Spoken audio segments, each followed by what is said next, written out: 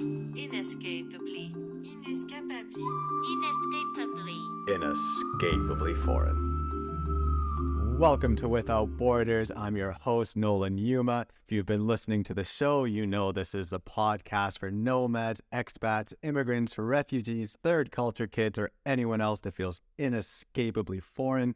Today I have a special guest here, Coco Hofs. She's a business and cultural consultant at Cross Cultural Solutions, which is her business. She's from the Netherlands and currently splits her time between Chile, Peru, and the Netherlands. So Coco, just to get things going, how are you doing today? Thank you for this wonderful introduction. I'm doing really good. I'm very happy to be here. I'm happy to have you on the show because finally have an expert in cultural competence. It's something that's I'm very passionate about. Now, I kind of got into it from the cultural psychology side of things, and then through studying cultural psychology, I started learning more about cultural competence and, of course, my travel experience. But you got into it more from the business side of things, correct? Correct. Yeah. So I worked for H&M, the Swedish retailer, in a executive management role for approximately 12 to 15 years. Originally started doing that in the Netherlands, and then I got the opportunity to move to Singapore, to Japan, followed by Chile and Peru. And I was working as a crisis manager, so I was responsible for, managing all the unforeseen crisis situations for the H&M group. But I felt at a certain point, that the biggest crisis for me to manage was managing all the cultural differences in the workplace. I realized that they had a significant impact on how smooth business goes, on how my leadership style was perceived or how I perceived others. And I realized that, along with H&M and many other big corporate organizations, it was not, it was not a leadership program that was, woven into the business side. It was a lot of trial and error. And then after living in Japan for 2 years, moving to Chile was again, like a change of day and night. And I was leading a team of approximately 16 people with 11 different cultural backgrounds. And then I realized, okay, this is so much more of a challenge than anyone can foresee. And I decided to, take a leap of faith and started consulting and training corporate organizations to overcome cultural differences in the workplace. So just to get into a little bit of your personal story and your learning curve, what was it like at the beginning? Because now, of course, when you go to a different culture, you have all this experience, and I'm sure you adapt to the business styles quite quickly. But what was it like at first before you had the experience and the training? What were some of the things that stood out? So it was especially in 2016 in Japan when I realized that, my cultural background and the cultural background of my colleagues, peers, it was a very culturally diverse group that we were working with, really played a part in how smooth meeting goes, for example. And I remember one time that, we had a meeting with all peers, so all management executives, and we all had a different understanding of what the outcome of that meeting had to be. So, for me, for example, it was super clear that we were going to have a discussion, a good brainstorm in order to drive consensus and come as a group to one decision, for example, where, my colleague from Greece just basically slammed his hand on the table saying, okay, can someone, for Christ's sake, just take a decision? We had this completely different understanding of when a meeting is a good meeting, who should take decisions. I remember that we changed our boss, basically. So along the way, we got a new CEO for the company in Japan. And I remember me and my colleague coming out of a meeting with that new CEO, and we both had a completely different impression. I said, oh, this person is so, taking everyone's opinion into consideration, where someone else said, like, oh, he's super hierarchic. We had these perceptions, yeah.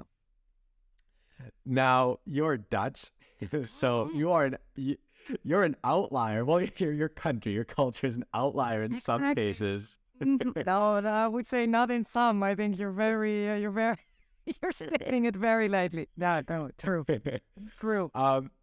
Now we'll get into the 8 scales, but just to bring up one right away is when we're talking about feedback, right? When we're talking about negative feedback, the Dutch are the most negative, or I guess Israelis are up there as well. But Dutch are very high on that end. I like it for me. I'm a Belgian person. Now, Belgian people aren't quite as high on that scale, but I think just a personal thing, I like straight up negative feedback. But what was it like for you to adjust to that? Because it must be difficult for a Dutch person to, let's say, work with Japanese.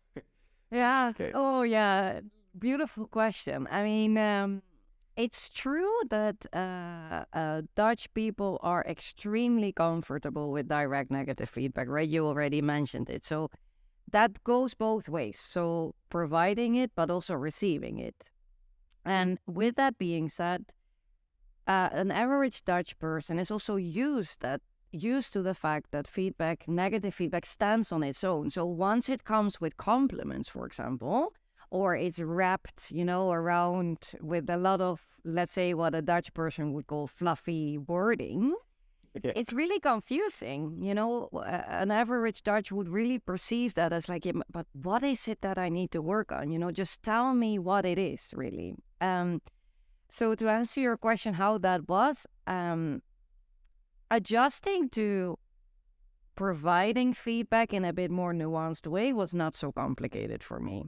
The receiving, however, because that's a whole new skill. I had to start listening to things that were not said, words that were in between the lines. And that was a skill that I've never developed growing up in the Netherlands, where all negative feedback stands on its own. We're not trained, let's put it like that, to hear in between the lines and to actually hear the things that are not said instead of that are really said.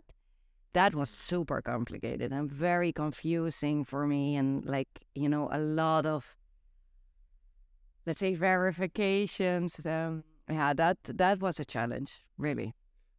Now, we will get into all 8 scales of Erin Meyer, but just since we're talking especially about this one thing that's so specific to the Dutch with the negative feedback, do you think it depends a little bit on the subcultures in the Netherlands as well? Because that's it's very difficult to find criticism on Erin Meyer's book. But Erin Meyer's book is based on Hofstede's research, based on her own experiences, based on Edward Hall. And once I started looking at them, I could find a lot of more academic critique. And some of the critique is that it looks at the entire country, but there are so many differences, let's say, between women and men, which socioeconomic background you are. So I'm wondering, just when we're talking about this, about the negative feedback, does it vary depending on the socioeconomic status at all, or does it vary from region to region in the Netherlands at all, or do you think it's fair to generalize there? Well, yeah, I mean, first of all, it's always generalizing, right? When we talk about these topics, unfortunately, there is no other way in a podcast setting like this to generalize. I think when it comes to the negative feedback, or let's say the level of comfort around it, it's relatively fair to generalize. Because if you look at the education system, for example, the Netherlands has a national public education system. All schools have more or less the same way of approaching their curriculum, for example. There you see that, right? You see that teachers are upfront towards kids from, I would say, kindergarten onwards, right? And, if you have a question about certain material as a kid in school, you raise your hands, and it's your responsibility to make the teacher aware that you have a question. It's not the teacher that is fishing along all the kids, if the material is landing or not. So that is very deeply rooted in our culture. Yes, there are some nuances. I mean, you're very aware with the Belgian culture, and the south of the Netherlands that is much more closer to Belgium has a bit more, I would say, this nuanced way of providing feedback. I can see that, but in general, it's very national in this case. Okay, good. So now the reason I bring it up like this is because while we're going to go through these 8 scales and talk about cultural competence, I want all the listeners to realize that this needs to be an ongoing conversation. When someone's giving you advice about cultural competence, we generalize because it makes it a little bit easier to categorize and start to understand things. Of course, there are nuances depending on the business, depending on the organization. And I'm encouraging the listeners as well to comment on this show and to get into the conversation, because of course culture is fluid, it's constantly changing. A lot of the research that this is all based on comes from the 1980s, comes from IBM employees, which are, middle class. They have a certain background. So please, everything we're about to say, a lot of it is accurate from my experience as well, but get into the conversation. So that all being said, Coco, can you tell us about the eight scales from Erin Meyer? Yeah, absolutely. I would love to. I think for everyone who is not aware of the 8 scales of Erin Meyer is that she developed a framework that basically shows 8 different type of behavior types, right? Where we can then map out countries or individuals from left to right on those scales. Now, what is extremely important to understand is that it doesn't matter where on the scales or on the dimensions a country or an individual lands. What matters is the relative distance between, for example, 2 or 3 countries.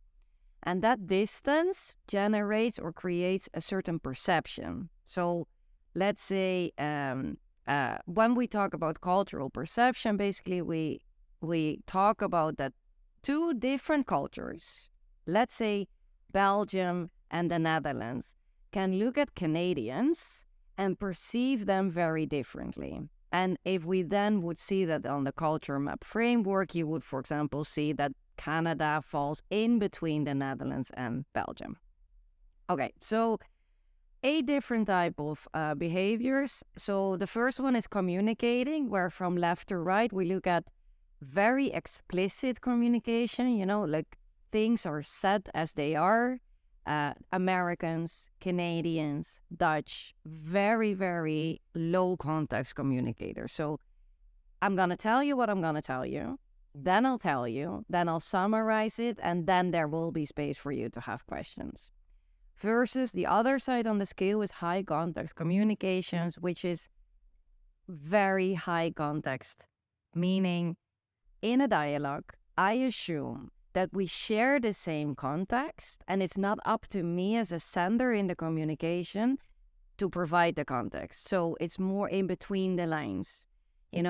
Messages land more, for example, in how you say it rather than what you say. That is general communication. Then the second one is evaluating, and we already touched a bit on that. That's how we provide feedback. Negative feedback.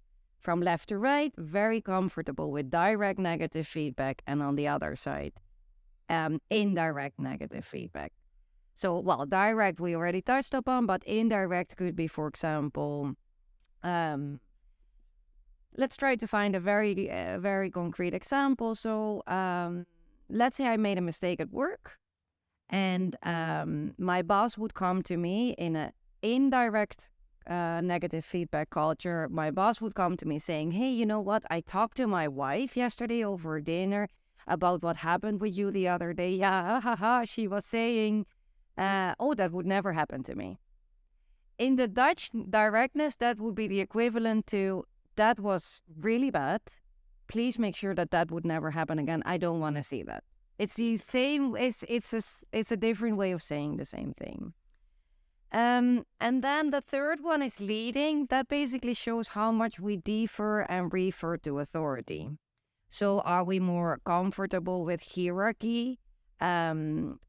Or are we much more into an egalitarian way of doing things where, for example, a teacher in schools is more facilitator among others, right? That's on the egalitarian side. Funny fact is that on that scale, the leading scale, we see that the whole world is shifting more from a more hierarchic point of view towards a more egalitarian point of view. And that's where, for example, digitalization or globalization kicks in, right? Because back in the days, let's take Japan, a very hierarchic country or culture. You know, back in the days where you didn't have internet, so who was the one that was telling the truth? It was the most senior person or the doctor or your grandfather. You know, all the knowledge was captured in someone that was more senior than yourself. And of course, that is different now, right? We have internet, we have digitalization. So we see that the whole world is shifting more towards an egalitarian preference. Fourth one, deciding. How do we prefer to come to decisions? So on the left, you find consensus-driven cultures versus top-down decisions. So consensus-driven cultures believe, and you probably recognize this a bit yourself as well, and me too, but they believe that, you know, when making decisions, when everyone agrees, the outcome is most probably more secure. So the chances of success are bigger versus top-down, where decisions are made usually by one person, which is then in a business setting, the boss, and then, you know, they drop down as it is. Interesting to understand with that dimension is that decisions that are made with consensus usually take longer to be taken, but once set, they tend not to change. Definitely. I want to jump in here quickly just because there's a very interesting outlier here. And when it comes to cultural psychology, criticism just across the board is that there's always this East-West divide. And of course, there are so many differences within the East, within the West as well. And I think here is a really good example of that with Asian countries, because most Asian countries, they're on the top-down side of things, except for which one? Japan. Japan. Yeah, absolutely. Yeah. Japan is, and that's, I mean, I can share later on like an example that I experienced myself leading a Japanese team, but this is a real big challenge, really, because Japan is super hierarchic. So they refer to authority, they defer to authority, you know, the boss is usually respected, etc., etc. But when it comes to making decisions, they're one of the most probably the most consensus-driven culture in the globe. And that's true, you're right. You know, other Asian countries do not show the same behavior or the same pattern. In the Japanese culture, making decisions as a group, not losing face towards your Japanese colleagues or towards, you know, let's say society is very important. And for that reason, decisions will have to be made all together with consensus. Yeah. It's extremely interesting. Thanks for bringing that up. Yeah, I just wanted to quickly jump in there. Well, okay, so we were talking about the we're on number 5 now, right? We were on we left off on the decide. So we're going to number 5, which is the trusting one, and that is, I mean, my favorite, I would say, but it's also the for me, doing business, the most crucial one, because this one shows how we build trust differently across the globe. And here we look at cognitive trust, so trust created by the brain, right? So you have emotional trust, that's basically from your heart. I mean, you're my brother, you're my sister, I trust you, right? And then cognitive trust is coming from the brain.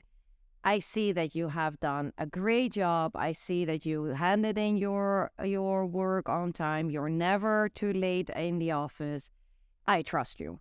It's built in a different way, basically.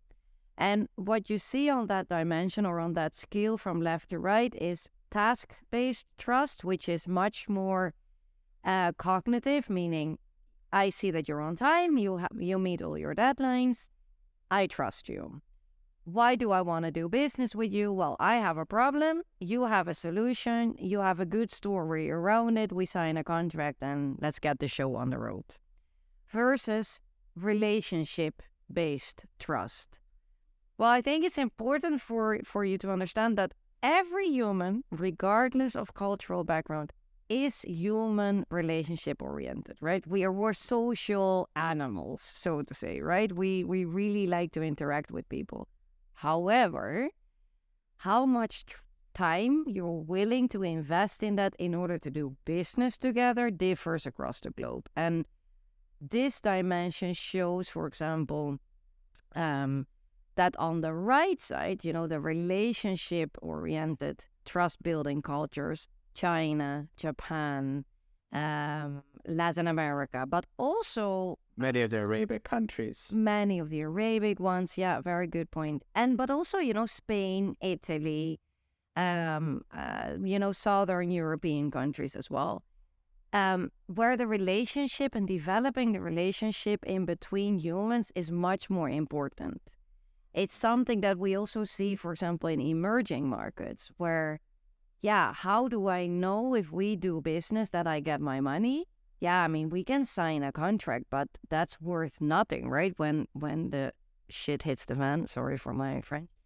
Oh, you could swear on this show. Okay, great, thanks. I tried lightly, but no, but when the shit hits the fan, how do I know that I get my money? Well, in the Netherlands, in Belgium, we signed a contract, and then there's a lot of institutions out there that will help us collecting our money, for example. But in Nigeria, that doesn't really exist. So it's very important to have that human relationship and to, I trust you because you know people that know people that know people, and when the shit hits the fan, I have several hats to reach out to, really. So, and this is an extremely important one because I think we all agree without trust, no success, right?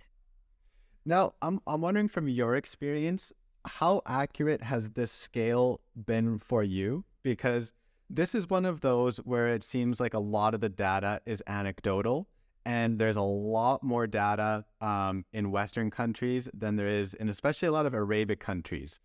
Even though the Arabic countries get thrown on the scale and they get thrown on the relationship building side, there is a lot less data there. So again, listeners, if you don't agree with this, you might be right in some cases because there is less data here. And like from my experience, I've always heard China is very much on the relationship side.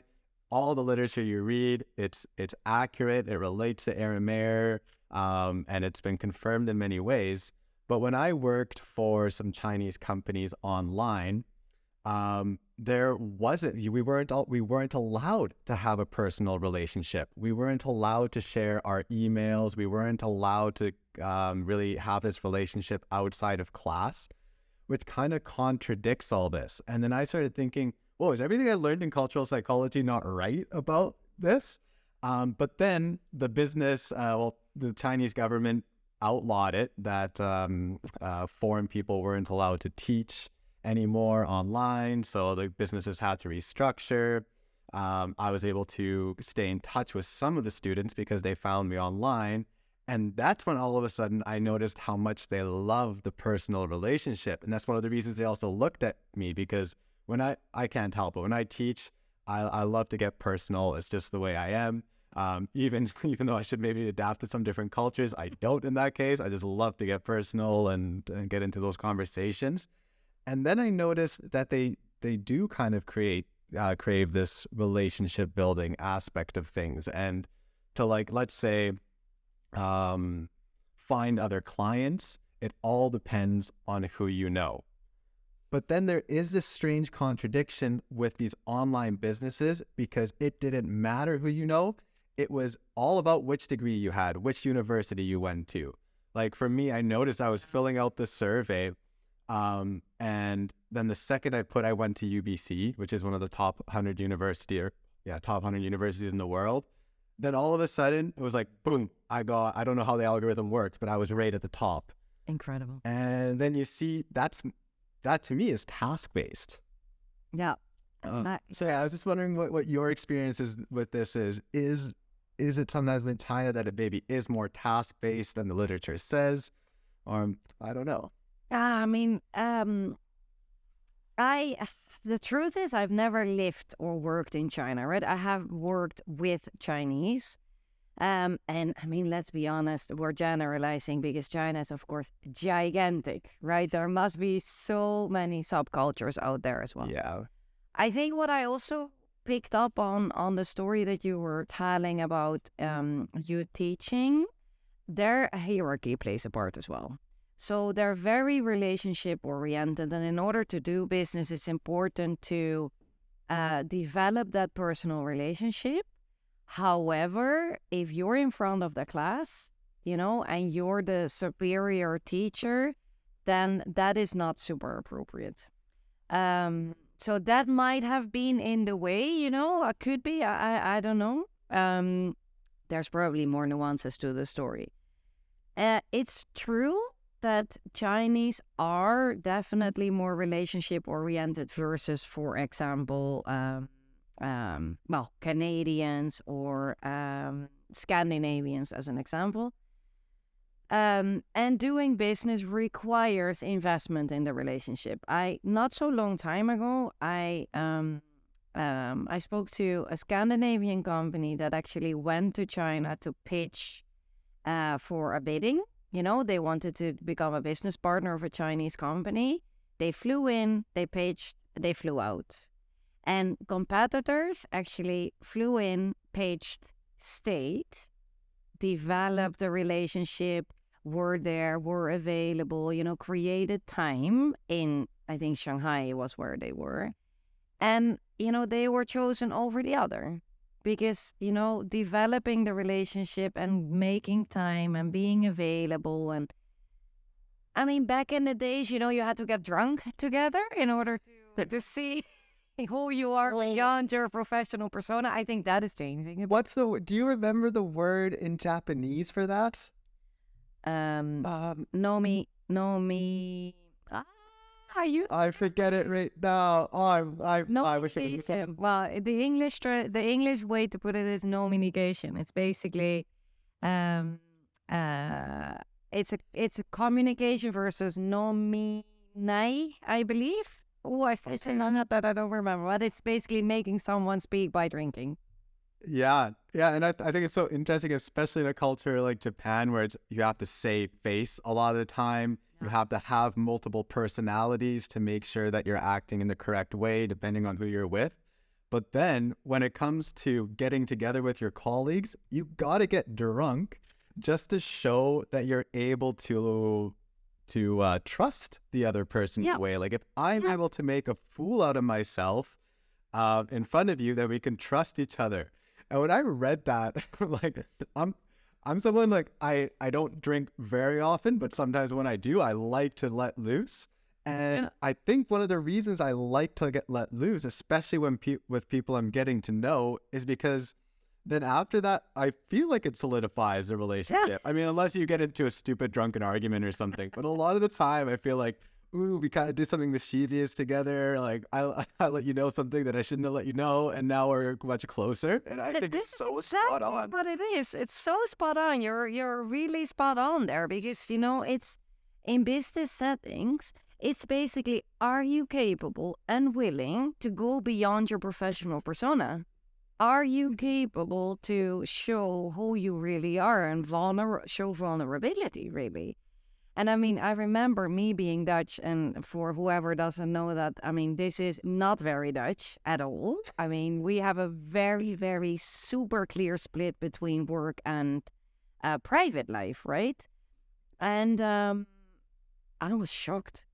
I just thought, what do you mean? Like my boss's birthday and we're all invited and we bring our partners and we're all supposed to get wasted? Like, no, this is not my style. But yeah, it's the way you do it. It's the way you... Do you know how it is in Belgium? Is there a difference between the Belgians and the Dutch there? Because I've never worked in Belgium, but what I do know in Belgium is that they love to get drunk sometimes. But I don't know.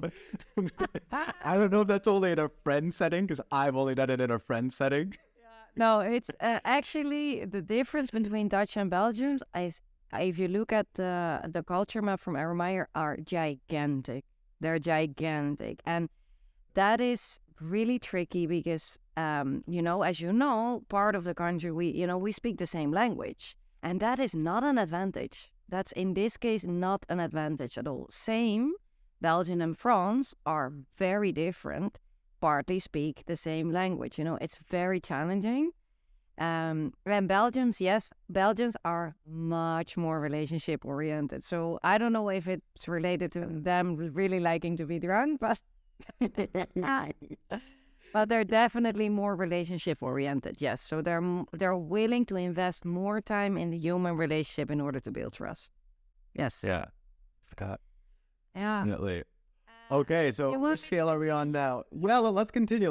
We'll get through it. Disagreeing. That basically shows from left to right, how comfortable are we with a discussion, how uncomfortable are we with confrontation, and how much do we believe that hurts the relationship or improves the result, right? So on the left side, more confrontational cultures, the Netherlands, France, highly far left up that scale. Those cultures believe that having a good discussion, really helps, and that can be heated, that can be confrontational, but that will not harm our relationship. Versus confrontation avoidance, Brazil, Latin America in general, Asian countries also as well, generalizing obviously, but they believe, that confrontation harms the relationship and for that reason should be avoided at all cost. And I think this is an interesting skill to highlight that, cultural perception element, because me, for example, being Dutch, very comfortable with confrontation, operating in Singapore, Japan, Chile, very confrontation avoidant cultures. That provides for me the perception, that they're always, walking around the bush. They're never really telling what is really up their chest. They're really avoidant. And it also gave me the perception really, because of course now I know better, but it gave me the perception that, they didn't trust me.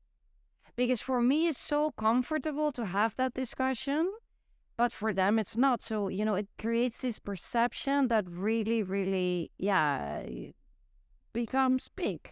And the other way around, right? Because for them, I was just this rude, inappropriate, confrontational bitch, really, Yeah. Now, another thing to point out here, what I think is important, is some people might be shocked to hear that Chile is on the avoid confrontation side, or that any Latin American country is on the avoid confrontation side, because they're so emotionally expressive.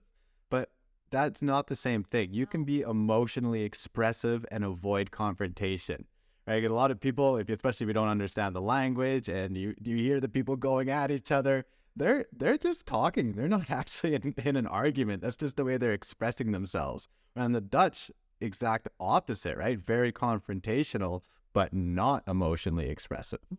So just an important note there that it's not the same thing. No, really good that you underline that, because those are indeed very different things, right? And especially you're spot on when you say, when you don't speak the language and we're it's only the expressiveness that we have, basically, where we stereotype a lot. And also from our own cultural context. But yes. No, really good point. And then not the last one, almost last one. So scheduling, how do we refer to time? More linear time on the left. Things happen in chronological order. Okay, I have a deadline that is this Friday. That means on Thursday I do this. On Wednesday I do, etc. It's in a linear planning versus more flexible time, where things come as they come. I always find this very interesting. If I'm in front of a group with people from different cultural backgrounds, I always ask them, write on a post-it, write on this yellow post-it, when is too late too late? When is being late too late for you? And that is so interesting because, for example, a culture that you will find more on the left side of this scale, more linear timing. Let's say there's a meeting planned. It would start at 8 a.m. And, at 8:05, the first people start to become restless. The no-shows are too late. Where in other cultures, it can take up to 2 hours, a day even, or a meeting in a calendar is just an indication that the meeting will take place somewhere that week. It's very interesting. Very interesting skill, because this creates a lot of frustration in the workplace. Because imagine that you're coming from a country that is very far left up that scale, very linear planning. Yeah, it feels that your time is not respected, that your calendar is not respected, that your time is not valued in a certain way if you operate with countries that are more flexible. On the other hand, someone from a more flexible cultural background would say, how stubborn are these people? They're incapable to go outside of the box. They're like, narrow-minded, really. So it creates this perception that is simply caused by, in this case, then the scheduling skill. Now, I think here it's also important to realize that Meyer based this on Robert Levine's work, which looks at whether you look at a clock for scheduling or whether you look at events for scheduling. Of course, if you look at events, then you're going to be a little bit more flexible. And again, here, when I was looking at critique for Erin Meyer, as I said, it's very hard to find online because she's very much in the business world. She's very good at marketing. So I think that's why it's impossible to find critique on her. But I'm more of an academic-based guy, so I was able to find all the things that you use in references. And if you look at Levine's work, you can find some critique there. You can also see that it might be a little bit outdated. So just keep in mind when you're looking at this scale, it might be a little bit outdated. Now, one thing that I noticed here, I found it very accurate from my experiences, except for with China, because China is on the flexible side. And from my experience, Chinese people are so punctual. They respect punctuality, but they're very much on the flexible side. And I think it's more so that they're able to roll with the punches and roll with the changes very quickly.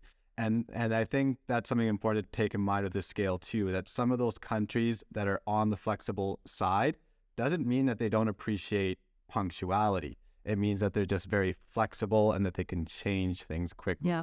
Because Spain is also on the flexible side, and here people are late a lot of the time. And they'll admit it. It's the way it is. It's lo que hay. Yeah. But in China, if you're late, you have to apologize. So don't look at that scale and be like, oh, okay, I can be 15 minutes late without apologizing. No, you have to apologize. And yeah. No, really, it's a super good point. And I often also say, like, scheduling and punctuality, are not always, they don't go always hand in hand, right?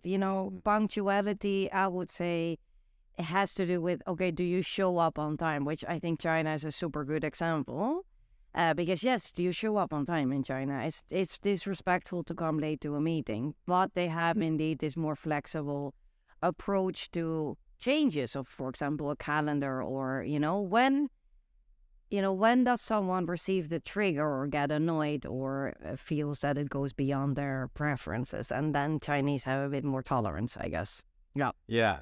And then I think it's also important to look at the other scales as well that might play a role in it. Like, for instance, here in Spain, where it's flexible, if you have to change something, it's going to take a while for you to change. It's going to, like, it might take months to reschedule things like that.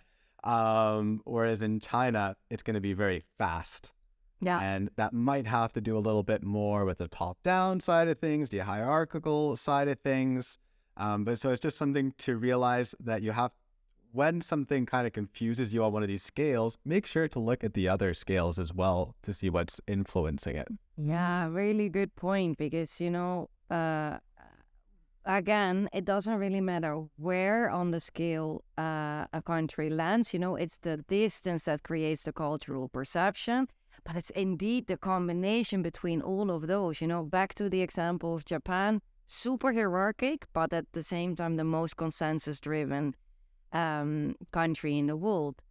If you don't see those two together, I mean, you might screw up big time, right? Because then you assume, oh, they're hierarchic, I'm the boss, I can make all the decisions. Well, I can tell you that is a huge failure if you do that in Japan. So it's always good to see them together. Yes, really good. Yeah. And then we have the last one, and I would say last but not least, it's persuading. And of course, this is a very interesting one, especially in the business environment, right? Because how do we persuade one another? How do we convince? How do we learn? You could also look at this one from, let's say, inductive or reductive reasoning. So, how does someone prefer to reason or to go through or to process certain information? We look at this skill from left to right, basically principles first versus applications first. And I would like to give an example that probably speaks to many. So applications first is, for example, the US. It's a country where if we give a presentation, they are interested, okay, what is this going to bring me? How do I implement this?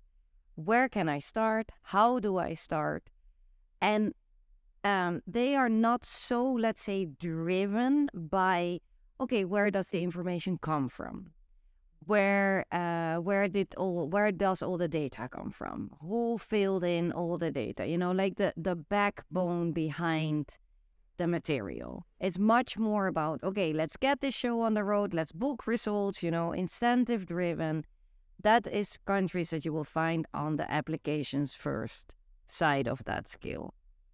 Versus principles first. And those are countries or cultures that instead of, the implementation are very driven by, okay, but tell me all about the data. Yeah, and maybe a bit more, I guess if we map out your personal profile, Nolan, then we will find you a bit more on the principles first side, I think. Because you're interested in the academic part, and you're interested in, hey, but where does all of this come from, and where can I find critique as well, right?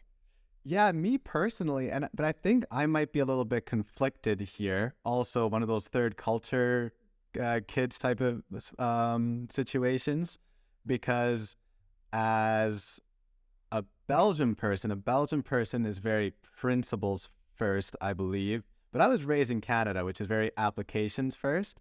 So I can get pretty bored if someone just only talks about the theory.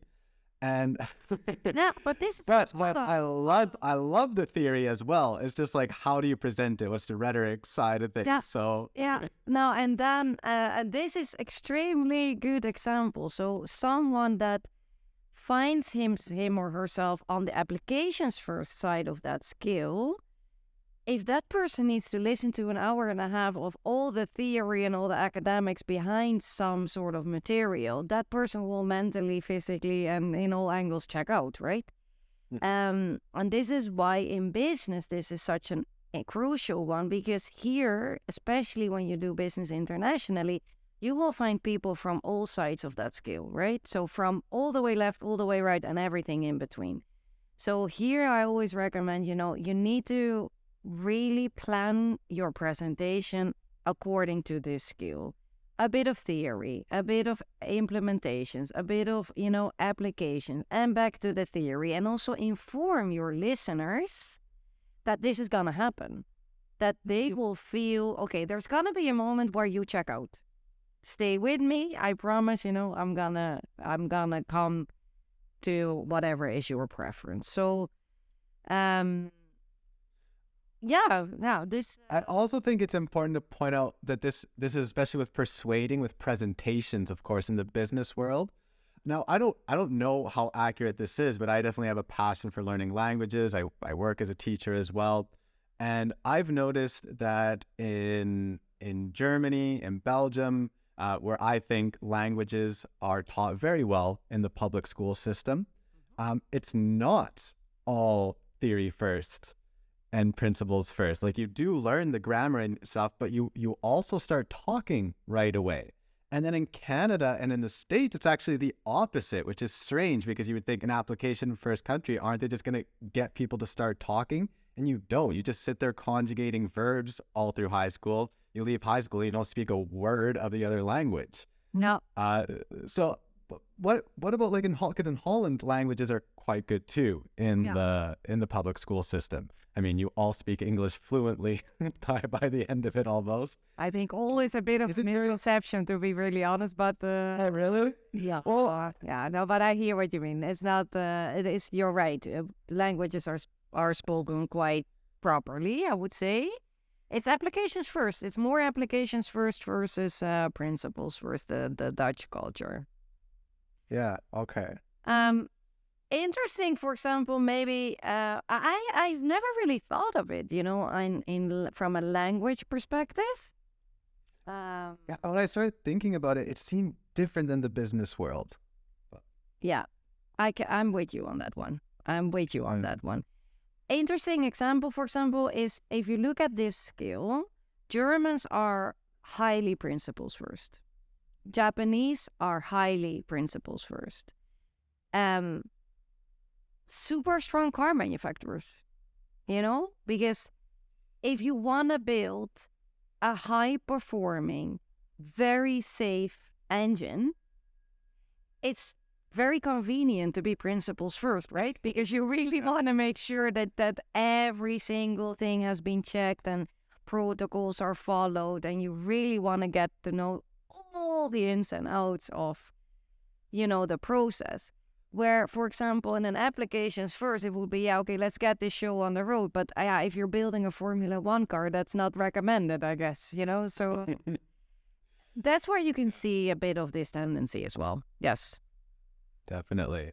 Yeah. All right. So we got we got done with the scales. So I hope that helps the listeners. And again, please check out the book from Erin Meyer. Check out our websites to get into the conversation. Now, as I mentioned earlier, a lot of the research is based on Hofstede, Nisbett, and a lot of other academics. And on Hofstede's scales, like most of Hofstede's overlap with a lot of what Meyer says, except for indulgence. At least I couldn't see much of an overlap here. And indulgence is the extent to which people try to control their desires and impulses. Yep. And I think that's one that's really important when we're talking about culture, because I think Belgium was on the side where it's not too much control of indulgence, right? Like, Belgians are very much about enjoying life and enjoying life and giving into some of your impulses and what you want to do. Since this isn't in Meyer's scale, is it in her course that you took, or is this something that you maybe picked up on your own? And how do you incorporate this into your work? Well, I see a strong connection when you look at that skill from Hofstede, or that dimension, or that theory, basically.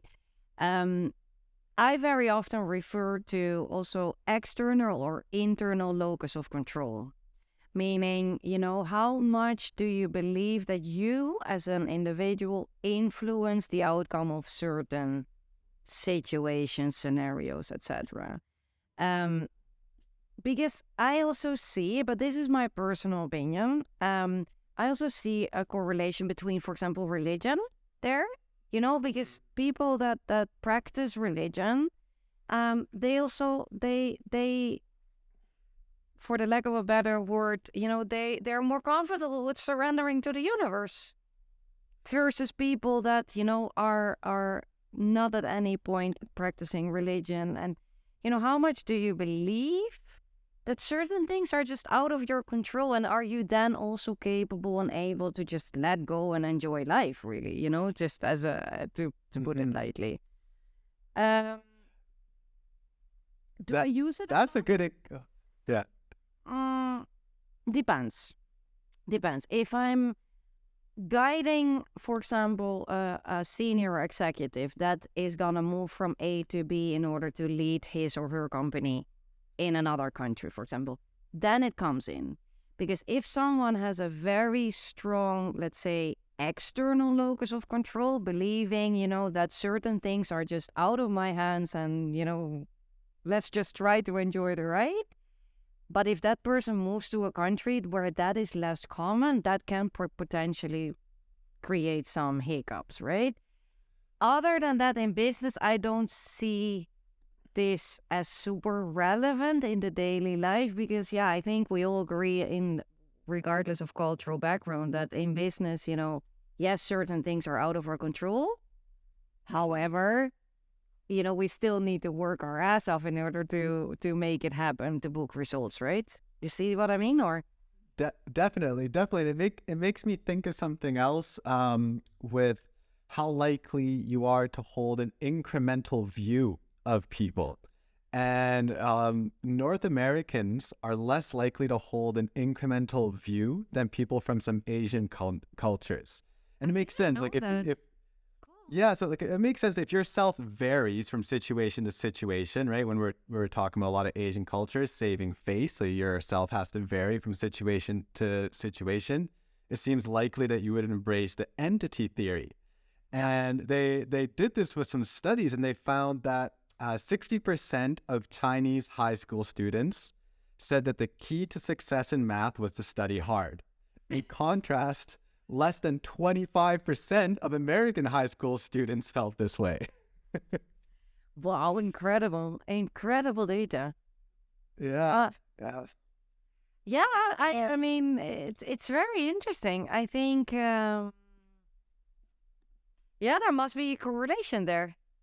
Yeah, I think so. Now, here, another one that this isn't related to this exactly, but it was a study, and I wrote it down here because I wanted to get your opinion on it, because it's not something that is talked about a lot in Meyer's book, but I think it's something very interesting for those in the business world who want to have some ideas about persuasion.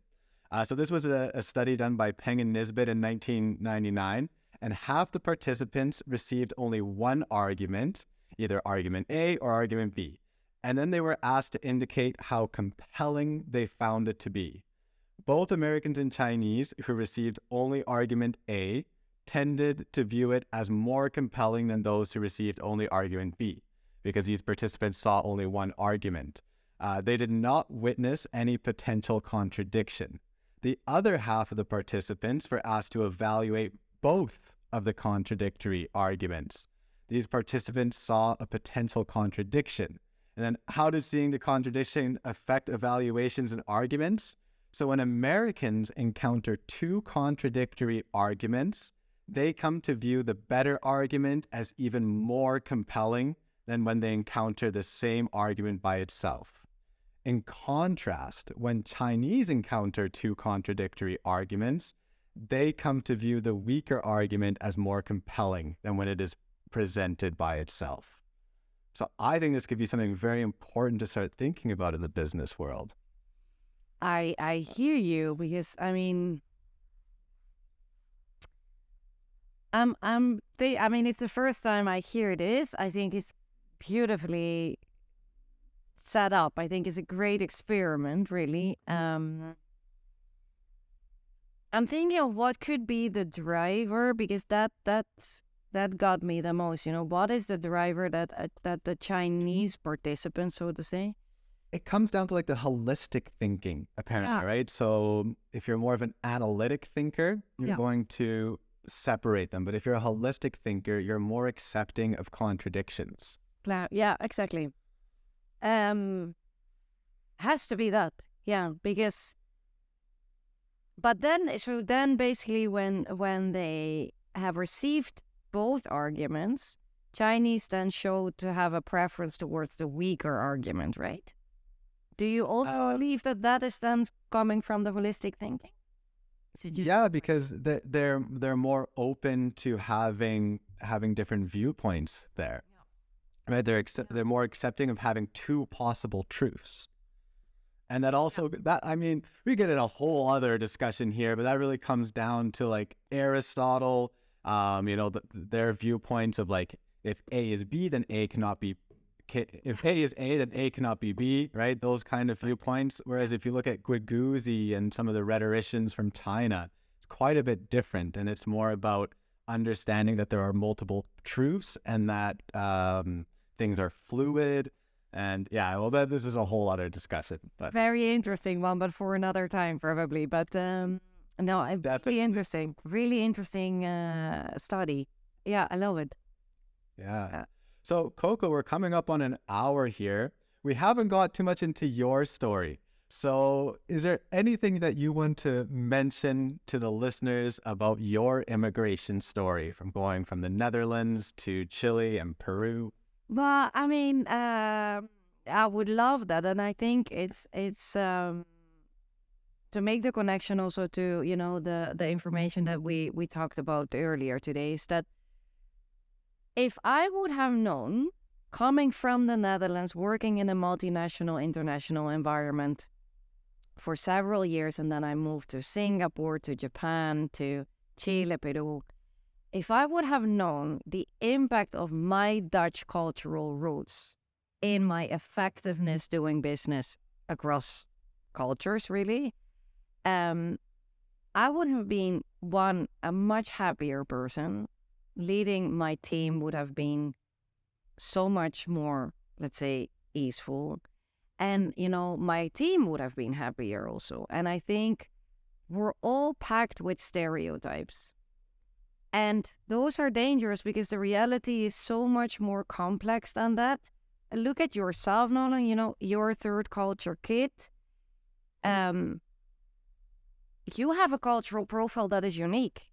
That is yours, right? That's not Canadian, that's not Chilean, that's not Belgium, that's yours. That's your personal profile. And then, to generalize there and to fly on stereotypes is super tricky. So what I have learned from my immigration stories is the hard way. I went, well, let's say I crossed my own limitations, my own boundaries, but also others because of, just trusting your gut feeling. So my mission is basically to make as many people as possible aware of how your cultural background, your personal cultural background and someone else's has a significant impact on, let's say, your business success, but also your capability of influencing others and, building nice and valuable relationships. And I think I learned the hard way. So I would really like to prevent the listeners of not trying to learn the hard way and to, invest in whatever format. You can do that by you seeing a lot of TED Talks, reading books. It doesn't need to be a costly investment, really. And then I think one extremely important disclaimer that I would like to make, or at least to underline, is that we talked about the 8 dimensions of the culture map, and there are a lot of nuances there, right? We're generalizing if we map out countries, but there's also individual nuances, like yourself. You grew up in you carry a nationality, but when you lived until your puberty in one and the same place, you could more or less say that that place is your cultural background. So even if you carry, let's say, the Dutch nationality, but you're born in Belgium and you live there until your puberty, you could say your cultural reference is Belgium. Mm-hmm. In the culture map, in the study and the framework from Erin Meyer that we went through today, you have the possibility to map out your personal individual one. And that is based on 25 questions. And those measure the contradictions, right? So you have similar topics and then negative and positive approached. And by answering those questions, you will get your personal profile map. If you're listening to this and if you're living abroad or you're planning to move abroad or you're working with different cultures, this is not a huge investment. I would really recommend everyone to map out your personal one, because if I would have known my personal one before going to Japan, I can tell you, like, I would have been so much more happy, successful at work. My team would have understood me much better. You know, it's a very fun process, but it's a very, beneficial process as well. Perfect. Well, Coco, thank you so much for all that. Again, listeners, I encourage you all to check out Coco's work with cross-cultural solutions. I'm going to put links in the description. So if you happen to want to know more about this personally, you can contact her. And of course, if you have a business or an organization and you're opening an office somewhere else, or you're having some conflicts within your organization, contact Coco Hofs for cultural consulting.